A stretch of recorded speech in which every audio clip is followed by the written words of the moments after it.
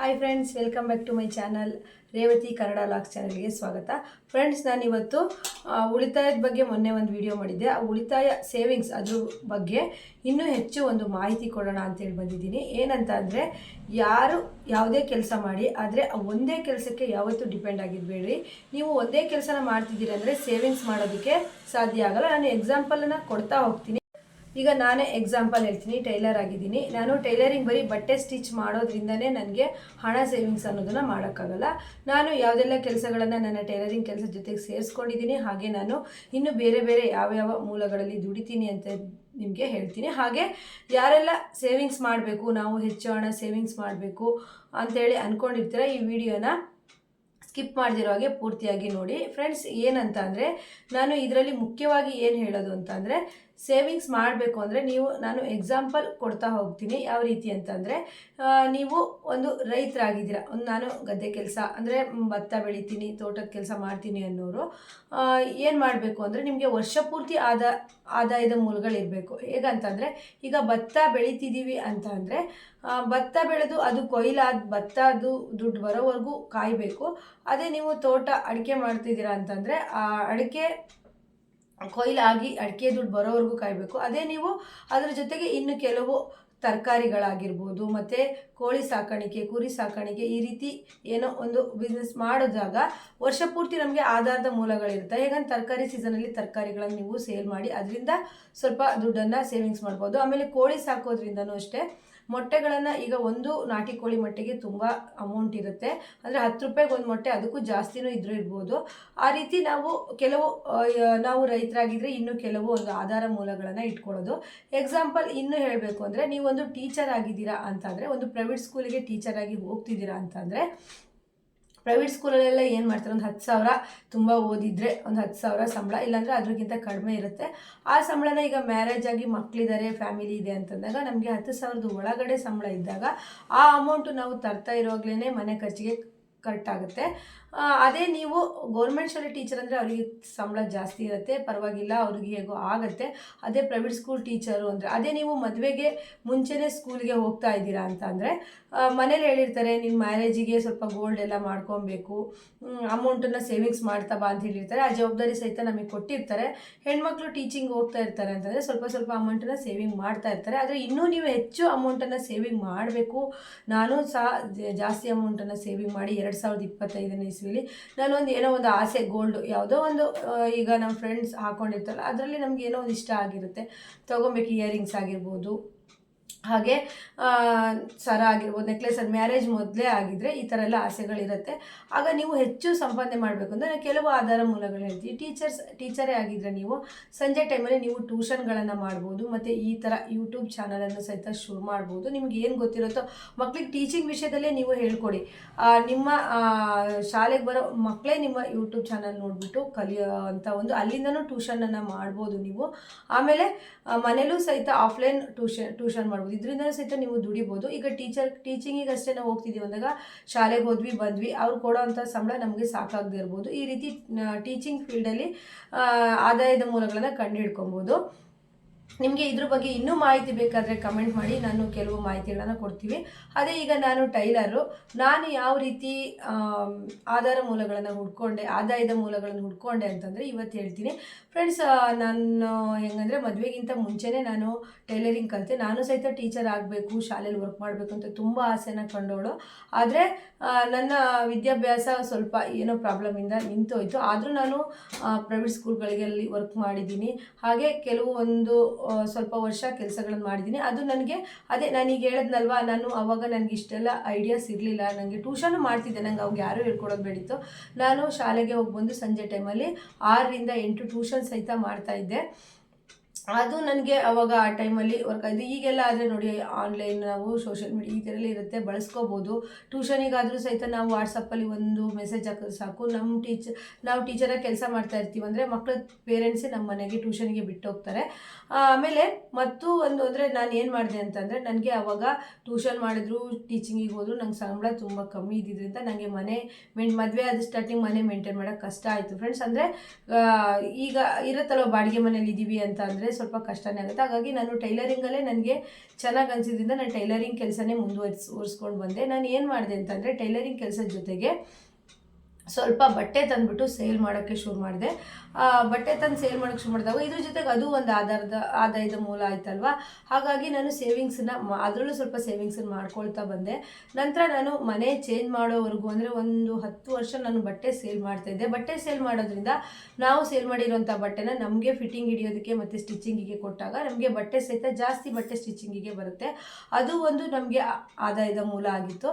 ಆಮೇಲೆ ನೆಕ್ಸ್ಟು ನೀವು ಟೈಲರಿಂಗ್ ಕೆಲಸನೇ ಮಾಡ್ತೀವಿ. ಈಗಂತೂ ತುಂಬ ಆಪ್ಷನ್ ಇದೆ ಫ್ರೆಂಡ್ಸ್. ಹೆಂಗಂದರೆ ನೀವು ಟೈಲರ್ ಆಗಿದ್ದೀರಾ ಅಂತಂದರೆ ಎಂಬ್ರಾಯ್ಡ್ರಿ ಕಲಿಬೋದು, ಅದ್ರ ಜೊತೆಗೆ ಮತ್ತು ಆ್ಯರಿ ವರ್ಕ್ ಕಲಿಬೋದು, ಹಾಗೆ ಟೈಲರಿಂಗ್ ಕ್ಲಾಸ್ ಮಾಡ್ಬೋದು. ಹಾಗೆ ಇನ್ನೂ ನಾವು ಬಟ್ಟೆ ಸೇಲಿಂಗು ಸಹಿತ ಮಾಡ್ಬೋದು. ಮತ್ತು ಫ್ಯಾನ್ಸಿ ಐಟಮ್ ಸಹಿತ ತೊಗೊಬಂದು ಇಟ್ಕೋದಕ್ಕೆಲ್ಲ ಜಾಗ ಇರಬೇಕು. ಈ ರೀತಿ ನಾವು ಒಂದಲ್ಲ ಒಂದರಲ್ಲಿ ಈಗ ಹೆಂಗಂದರೆ ಯೂಟ್ಯೂಬ್ ಸಹಿತ ಮಾಡ್ಬೋದು. ಟೈಲರ್ಸ್ ಅಂತೂ ಎಷ್ಟು ಜನ ಯೂಟ್ಯೂಬ್ ಮಾಡ್ತಾ ಇದ್ದಾರೆ ಅಂದರೆ ತುಂಬ ಜನ ಮಾಡ್ತಾ ಇದ್ದಾರೆ.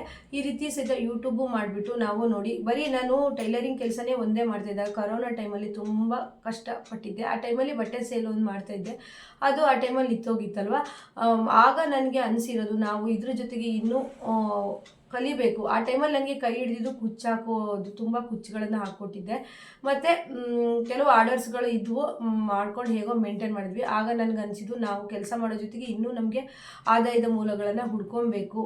ಅಂದರೆ ಇದರಲ್ಲದಿದ್ದರೆ ಇನ್ನೊಂದರಲ್ಲಾದರೂ ಸ್ವಲ್ಪ ಅಮೌಂಟ್ ಬರೋ ಥರ ಇರಬೇಕು ಅಂತೇಳಿ ಈಗ ನಾನು ಟೈಲರಿಂಗ್ ಜೊತೆಗೆ ಟೈಲರಿಂಗ್ ಕ್ಲಾಸು ಮಾಡ್ತಿದ್ದೆ. ಹಾಗೆ ಯೂಟ್ಯೂಬ್ ಚಾನಲ್ ಸಹ ಮಾಡಿದ್ದೀನಿ. 2 ಯೂಟ್ಯೂಬ್ ಚಾನಲ್ ಇದೆ. ಒಂದು RG ಟೈಲರಿಂಗ್ ಕ್ಲಾಸು, ಇನ್ನೊಂದು ರೇವತಿ ಕನ್ನಡ ಲಾಕ್ಸ್ ಅಂತ ಹೇಳ್ಬಿಟ್ಟು. ನೋಡಿ, ಈ ರೀತಿ ನಾವು ಆದಾಯದ ಮೂಲಗಳನ್ನ ಇಟ್ಕೊಬೇಕು. ಇದರಿಂದ ನಮಗೆ ಈಗ ನಾನು ಟೈಲರಿಂಗ್ ಕೆಲಸದಲ್ಲಿ ಬಂದಿರೋ ಅಂಥ ದುಡ್ಡನ್ನು ಮನೆ ಖರ್ಚಿಗೆ ಉಪಯೋಗಿಸ್ಕೊಂಡ್ರು, ಮಕ್ಕಳು ಶಾಲೆ ಫೀಸು ಮತ್ತು ಪ್ರತಿಯೊಂದು ತುಂಬ ಹೆವಿ ಆಗುತ್ತೆ ಉಪಯೋಗಿಸ್ಕೊಂಡ್ರು. ನನಗೆ ಯೂಟ್ಯೂಬಿಂದ ಬಂದಿರೋ ಅಮೌಂಟನ್ನು ನಾನು ಸೇವಿಂಗ್ಸ್ ಆಗಿ ಮಾಡ್ಬೋದು. ಮತ್ತು ನಾನು ಅದರಲ್ಲಿ LIC ಆಗಿರ್ಬೋದು, RD ಆಗಿರ್ಬೋದು, ಪಿಗ್ಮಿ ಆಗಿರ್ಬೋದು, ಮತ್ತು ಸಂಘದ ಉಳಿತಾಯಗಳಾಗಿರ್ಬೋದು ಕಟ್ಕೊಳ್ತಾ ಹೋಗ್ತಾ ಇದ್ದೀನಿ. ಅಂದರೆ ನಾವು ಏನು ಮೈಂಡ್ ಸೆಟಲ್ಲಿ ಇಟ್ಕೋಬೇಕು, ಒಂದು ಆದಾಯದ ಮೂಲವನ್ನು ಖರ್ಚು ಮಾಡಿದ್ರು ಇನ್ನೊಂದು ಆದಾಯದ ಮೂಲ ಇರುತ್ತಲ್ವ, ಅದನ್ನು ನಾವು ಖರ್ಚು ಮಾಡಲ್ಲ ಅನ್ನೋ ನಮ್ಮ ಮೈಂಡ್ ಸೆಟ್ ಇರಬೇಕು. ಅದನ್ನು ನಾವು ಸೇವಿಂಗ್ಸ್ ಮಾಡ್ತಾ ಬರಬೇಕು. ಈಗಾಗಲೇ ನನಗೆ 35-36 ಏಜ್ ಆಗಿರೋದ್ರಿಂದ ಇನ್ನು ನಮಗೆ ಜಾಸ್ತಿ ವರ್ಷ ಅಂತ ಅಂದರೆ ಹೆಚ್ಚು ಕಡಿಮೆ ಇನ್ನು ಅಮ್ಮಮ್ಮ ಅಂದರೆ ಒಂದು 15 ವರ್ಷ ಕೆಲಸ ಮಾಡ್ಬೋದು. ಅದರಲ್ಲೂ ಈಗಿನ ಒಂದು ವಾತಾವರಣದಲ್ಲಿ ಯಾರು ಎಷ್ಟು ವರ್ಷ ಕೆಲಸ ಮಾಡ್ತಾರೆ ಅಂತ ಹೇಳೋಕ್ಕೆ ಆಗೋದಿಲ್ಲ. ಹಾಗಾಗಿ ನಾವು ದುಡ್ದಿರೋ ಅಂಥ ದುಡ್ಡಲ್ಲಿ 0.5% ಸೇವಿಂಗ್ಸ್ ಮಾಡಬೇಕಾಗತ್ತೆ, ಹಾಗೆ ಉಳಿತಾಯವನ್ನು ಮಾಡಬೇಕಾಗತ್ತೆ ಫ್ರೆಂಡ್ಸ್. ಹಾಗೆ ಈಗ ನಾನು ಹೇಳೋದು ಅಂದರೆ ನೀವು ಮನೇಲೇ ಇರೋ ನೀವು ಒಂದು ಗೃಹಿಣಿನೇ ಆಗಿರಿ. ಆದರೆ ನೀವು ಬರೀ ನೀವು ಮನೆ ಕೆಲಸಕ್ಕೆ ಸೀಮಿತ ಆಗಿರಬೇಡಿ. ಅಂದರೆ ನಾನು ದಿನ ನೆಲ ಒರೆಸಿದ್ನೋ, ಪಾತ್ರೆ ತೊಳೆದ್ನೋ, ಬಟ್ಟೆ ಒಗೆದ್ನೋ, ಏನು ತಿಂಡಿ ಬೇಕು ಮಕ್ಕಳಿಗೆ ಗಂಡಂಗೆ ಮಾಡೋಕ್ಕಿದ್ನೋ, ಪೂಜೆ ಮಾಡಿದ್ನೋ, ಇಷ್ಟರಲ್ಲೇ ನೀವು ಇರಬೇಡಿ. ಇದ್ರ ಜೊತೆಗೆ ಇನ್ನೇನಾದರೂ ನೀವು ಆ್ಯಕ್ಟಿವ್ ಆಗಿ ಇರೋ ಥರ ಒಂದು ಕೆಲಸಗಳನ್ನು ಮಾಡ್ಕೊಳ್ಳಿ. ಈಗ ನನ್ನ ಸಿಸ್ಟರೇ ಸರಸ್ವತಿ ಅಂತೇಳಿ, ಅವಳು ಸಹಿತ ಮನೆ ಕೆಲಸ ಮಾಡಿಕೊಂಡು ನಾನೇ ಒಂದು ದಿವಸ ಹೋಗಿ ಹೇಳಿದೆ, ನೀನು ಮನೇಲಿ ಸುಮ್ಮನೆ ಇರೋದ್ರಿಂದ ನಿನ್ನಲ್ಲಿ ಟ್ಯಾಲೆಂಟ್ ಇದೆ, ಒಂದು ಕುಚ್ಚಾಕು ಈಗ ಅಷ್ಟು ಚೆಂದ ಕುಚ್ಚಾಕ್ತಾಳೆ ಅಂತಂದರೆ ಅವಳಿಗೆ ಮನೇಲಿ ಇದ್ದಂಗೆ ಒಂದು ಅರ್ನಿಂಗ್ಸ್ ಅನ್ನೋದಾಗ್ತಾ ಇದೆ. ಅವಳಿಗೆ ಅದು ಅಮೌಂಟು ಅರ್ಧ ಅಮೌಂಟ್ ಏನಕ್ಕಾದ್ರೂ ಖರ್ಚಾದ್ರೂ ಇನ್ನರ್ಧ ಅಮೌಂಟ್ ಅವಳು ಸೇವಿಂಗ್ಸ್ ಮಾಡ್ಕೊಬೋದು.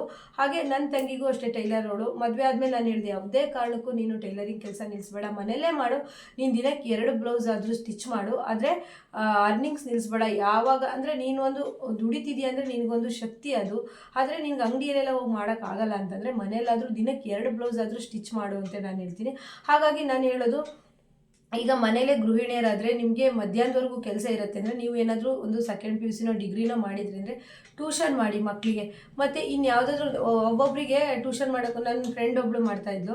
ಹೇಗಂತ ಅಂದರೆ ಅವಳಿಗೆ ಡ್ರಾಯಿಂಗ್ ಅನ್ನೋದು ತುಂಬ ಚೆನ್ನಾಗಿ ಬರ್ತಿತ್ತು, ಪೇಂಟಿಂಗ್ ಅನ್ನೋದು ತುಂಬ ಚೆನ್ನಾಗಿ ಬರ್ತಿತ್ತು. ಅದೇ ಕ್ಲಾಸನ್ನು ಕೊಡ್ತಾಯಿದ್ಲು ಅವಳು. ಸಂಜೆ 5ರಿಂದ ಒಂದು 7 ಗಂಟೆ ತನಕ ಮಕ್ಕಳಿಗೆ ಡ್ರಾಯಿಂಗ್ ಆಗಿರ್ಬೋದು, ಈ ರೀತಿ ಕ್ಲಾಸ್ಗಳು, ಅದರಲ್ಲೂ ಸಹಿತ ನಾವು ಅರ್ನಿಂಗ್ಸನ್ನು ಮಾಡ್ಬೋದು.